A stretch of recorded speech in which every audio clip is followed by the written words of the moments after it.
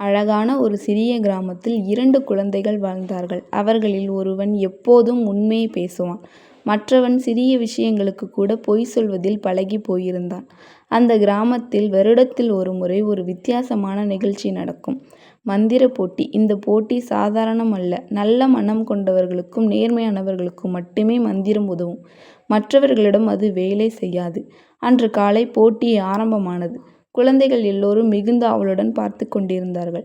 நான் பார்த்தபோது உண்மை பேசும் அந்த குழந்தை மனம் அமைதியாகவும் நம்பிக்கையும் நிறைந்திருந்தான்.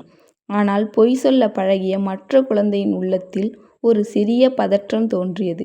போட்டியில் ஒரு மந்திர ஒலி வந்து வானத்தில் மிதந்து கொண்டு யாரின் மனம் சுத்தமும் நேர்மையும் நிறைந்திருக்கிறதோ அவர்களிடம் மட்டுமே மெதுவாக வந்து சேரும்.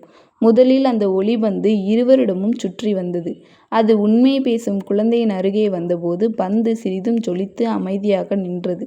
அதன் ஒளி மெதுவாக பொன்னிறமாக மாறியது. அது அந்த குழந்தையின் நல்ல மனதை உணர்ந்தது. பின்னர் அது பொய் பேசும் குழந்தையின் பக்கம் சென்றது. ஆனால் அது அங்கேயே நிமிடம் நிற்கவில்லை. மயங்கி போய்விட்டது. விலகிச் சென்று விட்டது. அந்த ஒளி உண்மையற்றதை ஏற்கவில்லை. அந்த நேரத்தில் நமக்கு தெரிந்த பெரிய உண்மை வெளிப்பட்டது. நல்ல மனசும் நேர்மையும் இருந்தால் எந்த மந்திரமும் நமக்கு துணை நிற்கும்.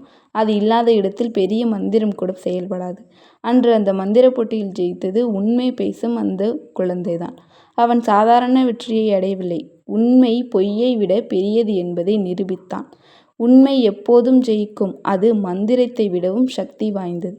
இந்த கதை உங்களுக்கு பிடித்திருந்தால் சேனலை லைக் செய்து கமெண்ட் செய்து சப்ஸ்கிரைப் செய்யவும்.